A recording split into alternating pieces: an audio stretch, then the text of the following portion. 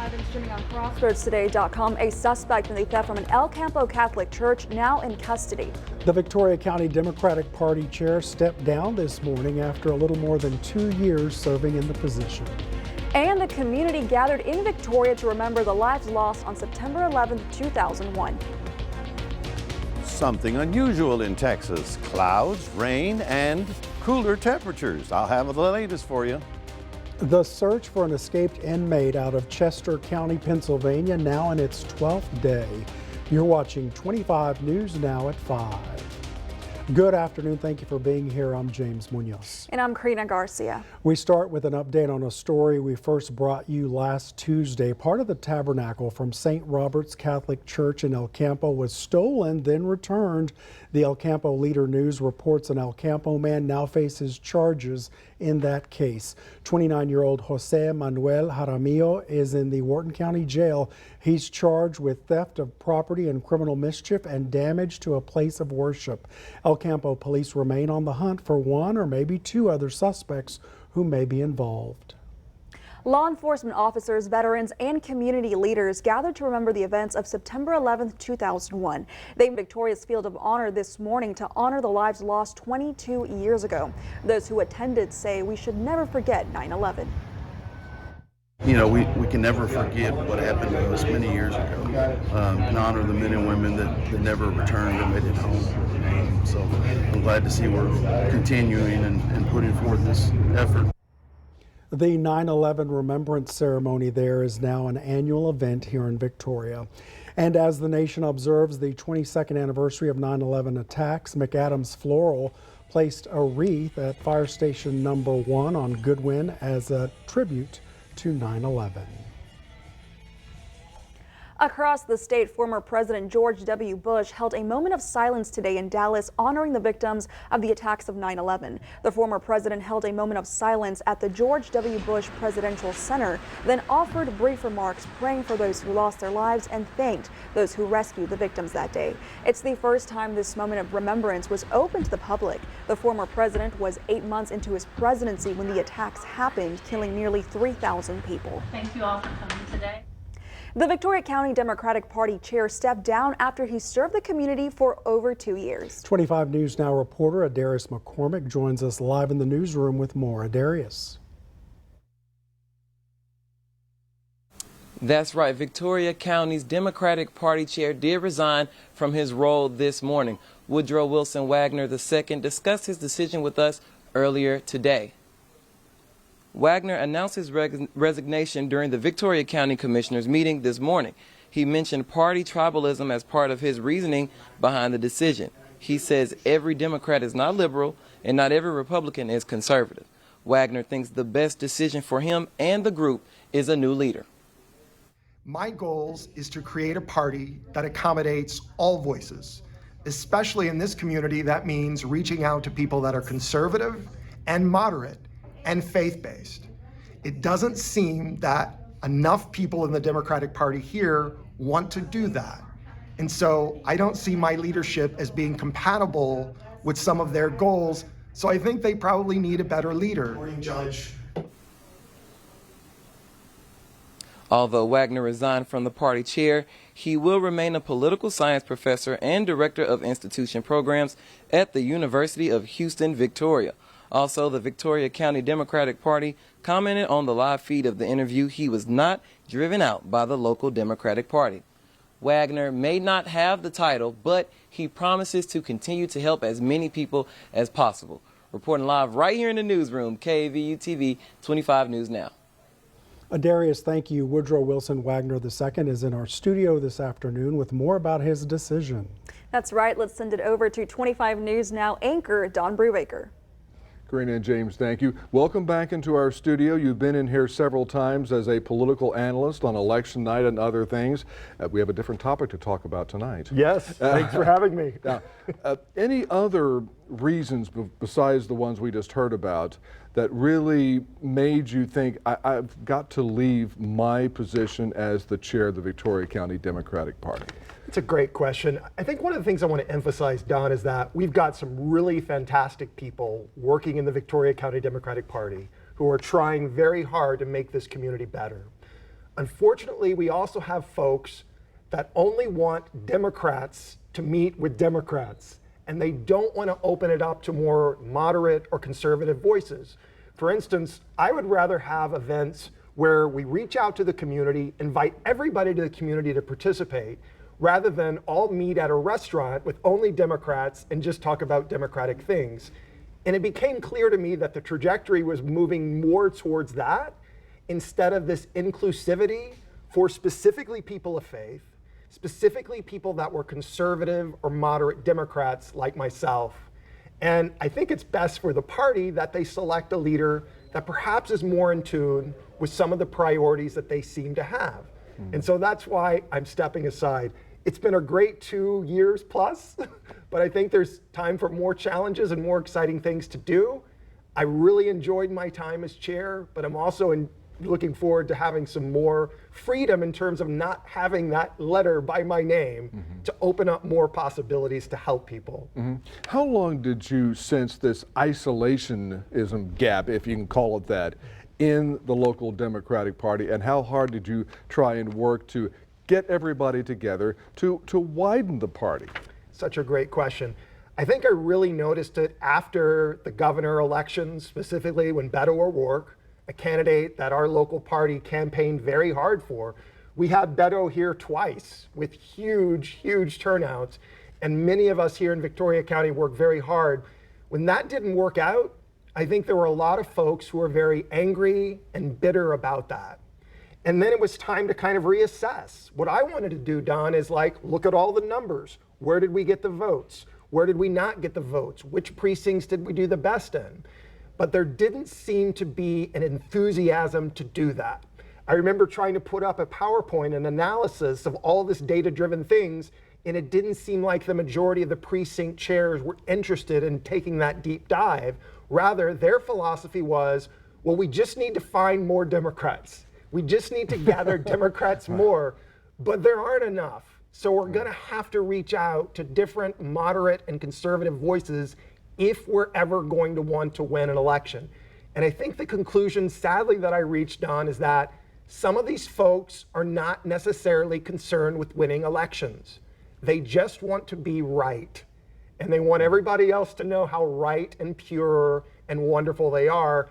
I don't think that's good for Victoria County. And it's certainly something that I don't want to spend my time doing. Very interesting. Mr. Wagner, thanks again for coming by. We really appreciate all the time that you spend here in our studio letting people know about politics. Thank you, Don, for all you do. You bet. Thank you. All right. James and Karina, back to you. Don, thank you. Here's your beer poll this afternoon. Scan that QR code on your screen to vote now. The question is, what is your main takeaway from Woodrow Wilson Wagner's resignation speech?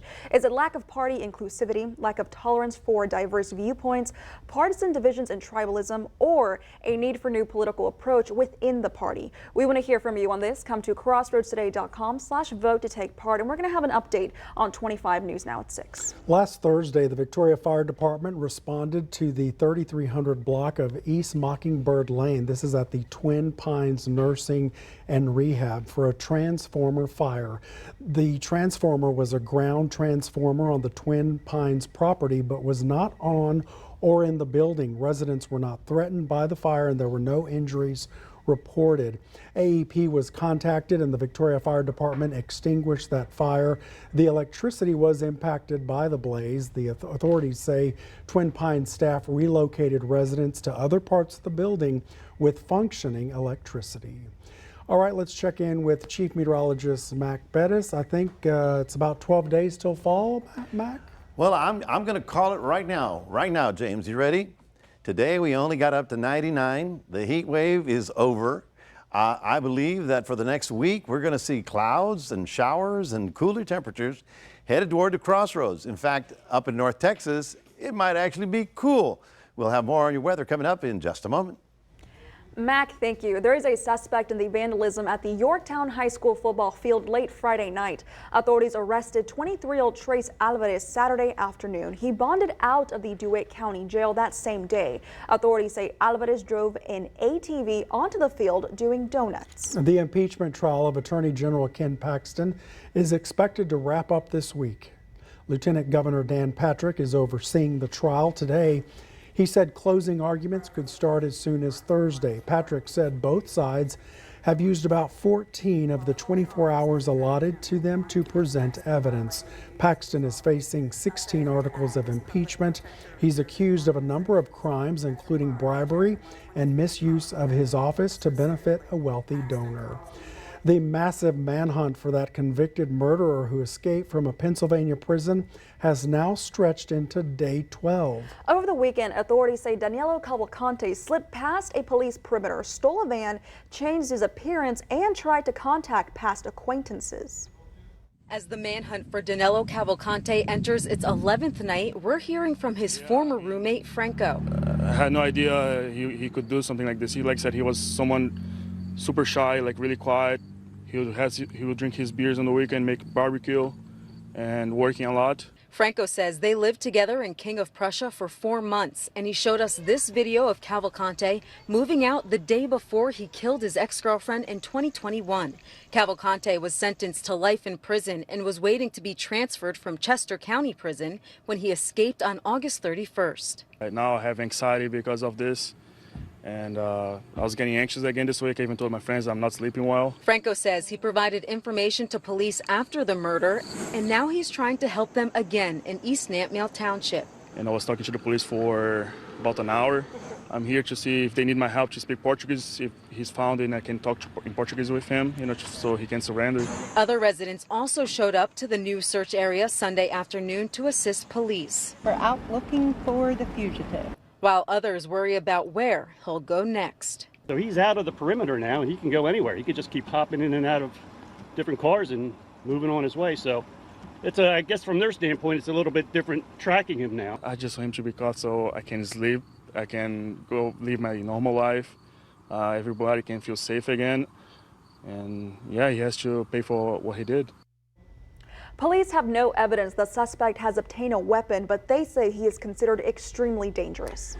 At crossroadstoday.com, read about the updated COVID-19 vaccines approved by U.S. regulators ahead of the fall season. That's under news.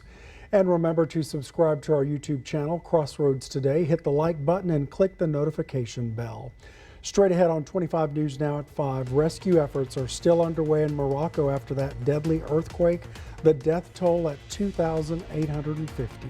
Also ahead, NOAA claims the U.S. has seen 23 costly weather and climate disasters this year, more than any other year on record.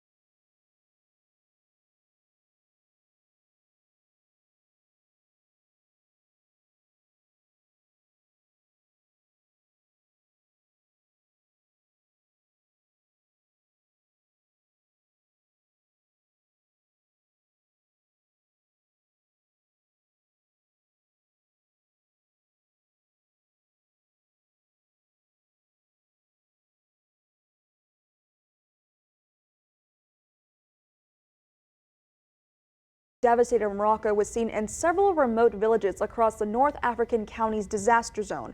Moroccan authorities are continuing rescue efforts, but they say destroyed roads to villages are affecting aid to some of the hardest hit regions. Authorities are using helicopters and machinery to remove the rubble from the impassable roads. Efforts are primarily focused on rescuing those hurt and reaching those who may still be in the rubble. Embattled Royal Spanish Football Federation President Luis Rubiales resigned from his role following public backlash after his unwanted kiss on Spanish forward Jennifer Hermoso. It happened after the team's victory in the Women's World Cup. Rubiales' unwanted kiss on Hermoso sparked condemnation in Spain. He described the kiss on August 20th as mutual, a claim Hermoso has denied. On Friday, the Spanish national prosecutor filed a complaint against Rubiales for the crimes of sexual assault and coercion against Jennifer Hermoso. The American Red Cross has put out a warning the U.S. blood supply is at critically low level. Here's more on what led to the shortage. For months, back-to-back climate-driven disasters have further strained the U.S. blood supply, forcing the American Red Cross to sound the alarm, saying their supplies are critically low. It has become challenging for us to meet the demand of our hospitals. With a busy summer travel season and back-to-school activities, the organization was already seeing low donor turnout. That, paired with blood drive cancellations because of extreme weather, has led to the national blood supply dropping by nearly 25% since early August, despite a constant demand. Blood cannot be manufactured, it can't be stockpiled, and really it's the blood on the shelves on a daily basis that is needed to save lives. From emergencies to cancer patients and women in delivery, blood is used to help patients every day. The Red Cross says all blood types are urgently needed, but there's an emergency need for platelet donors and type O blood donors. About 40% of this country's population is eligible to donate, and only about 4% do. When Hurricane Idalia slammed into the southeast, the Red Cross says it was unable to collect more than 700 units of blood and platelets, and the storm season isn't over. Hurricane Lee is now being closely monitored. The need is constant, and it's the patients that are at the other end of this life-saving product. For Health Minute, I'm Mandy Gaither. New data from NOAA shows in 2023, the U.S. has gone through 23 climate and weather disasters that have each cost at least $1 billion. The data shows this year's disasters have cost nearly $58 billion in damages. NOAA is still analyzing Hurricane Idalia and if other events like the drought in the South and Midwest and Tropical Storm Hillary, which hit Southern California this summer, have surpassed the $1 billion mark. America's costliest disaster year on record was 2017 at $383 billion. That's when the California wildfires and 3 major hurricanes struck. Well, good afternoon, everyone. We'll be talking about what Lee is going to do to the Northeast coast. You've got something strange out there, folks. Clouds. There's actually rain in North Texas. They've got cooler temperatures. Is the drought over? Well, I'm going to call it right here, right now. Our high today was 99, right? It's the first time we haven't been at 100. We now are the new record high for the number of 100-degree days. We have had 60 days, but I say it's over. The rest of the week will be less than 100, and you're going to see clouds and rain. Stay tuned. This is a fun forecast.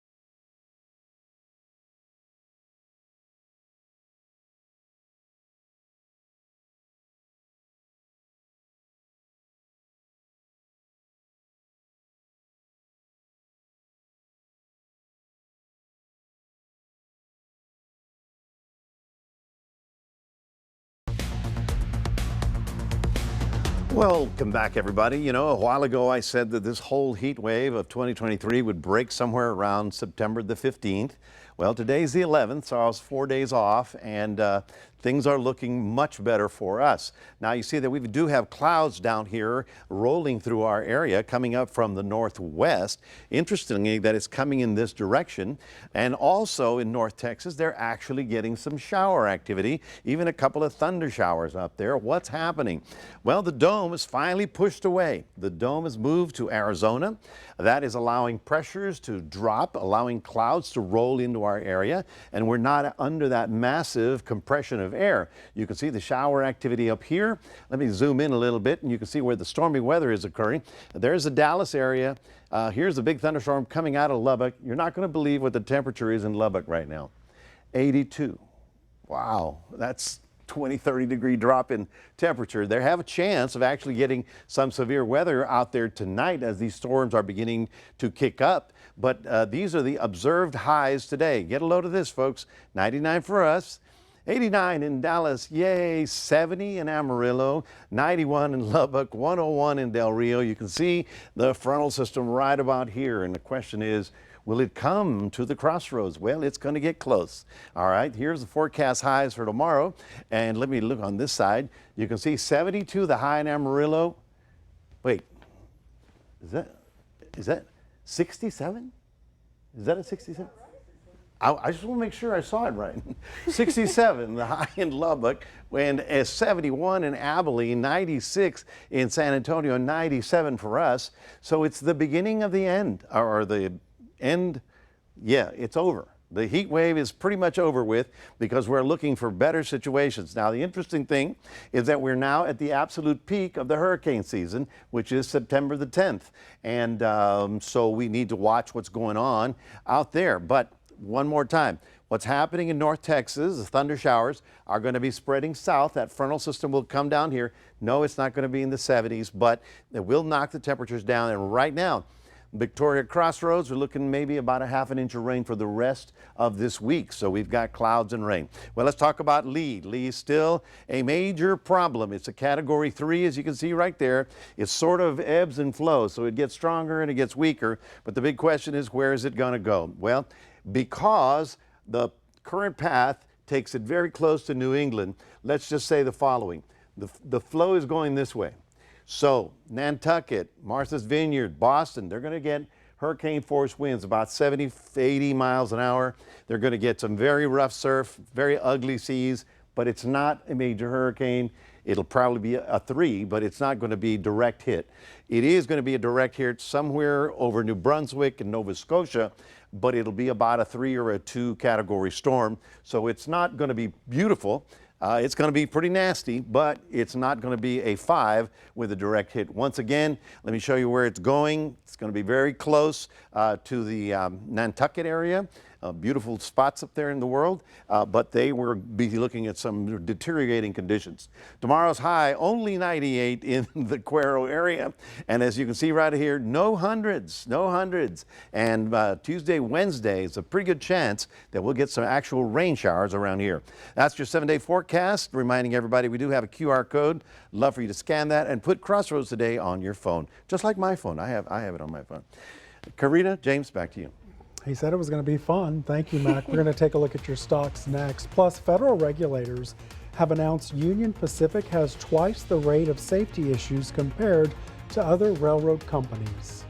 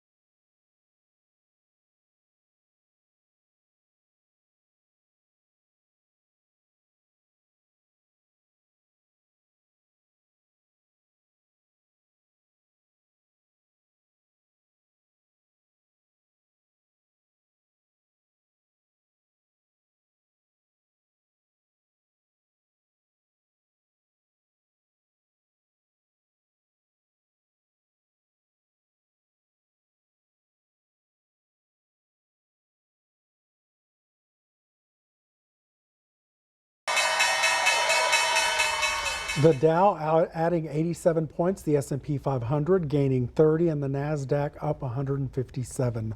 Oil down 22 cents, closing at $87.29 a barrel.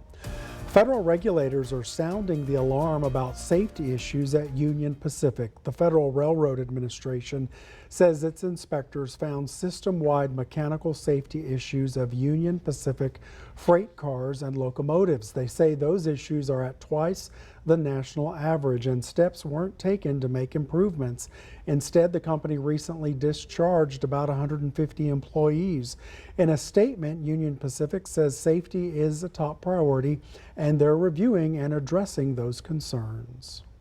The Texas Tribune has this story. Disabled adults in the state's Medicaid program might lose care after budget changes have inadvertently cut pay for caregivers. You can read this story on crossroadstoday.com. And stay with us. We'll take one last look at your forecast with Mac. Plus, Etsy sellers are benefiting from Beyonce's surprise announcement. Plus, here's a look at world news tonight right after 25 News Now at 5. Coming up tonight, the storms sweeping through New York City and the Northeast right now. The flooding concerns tonight. The devastating earthquake, people running for cover as buildings were coming down around them. The fugitive murderer in the Northeast and the new image emerging tonight in a much different one. Next.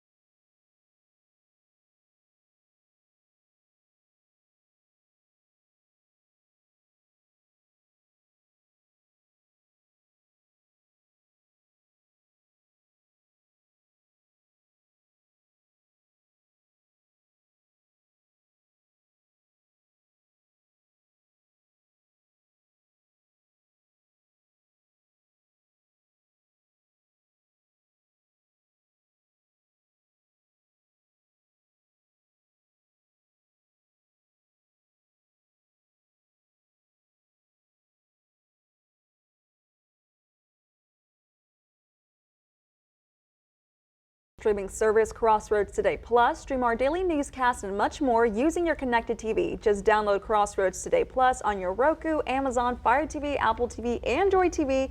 Just search Crossroads Today Plus. And Beyonce's request for her fans to wear silver to benefiting small business owners who sell on Etsy. Back in August, the superstar asked fans to wear their, quote, most fabulous silver fashions, unquote, to shows from August 23rd to September 22nd, which marks Virgo season. Etsy saw a 25% increase in searches for disco hats and the same rise in searches for silver blouses, corsets, or tops. Sellers have described getting panicked messages and offers to pay extra for expedited shipping after the surprise announcement. So that's Queen Bee's power for you. Are we wearing silver? For Virgo season? I got about as much silver as I can get. What is Etsy? Etsy is a website where they make things. Clothing?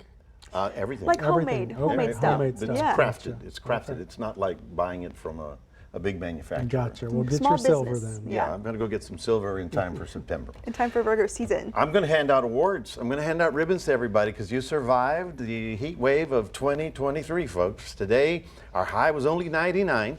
The rest of the week, we're out of the hundreds and we've got a real good shot at getting some rain around here Thursday and Friday when the tail end of a frontal system moves down into the area. And so, like I say, by this time in September, we start getting fronts, we start getting a little bit cooler. Fall can't be that far away. All right, have a good one. We'll see you next time.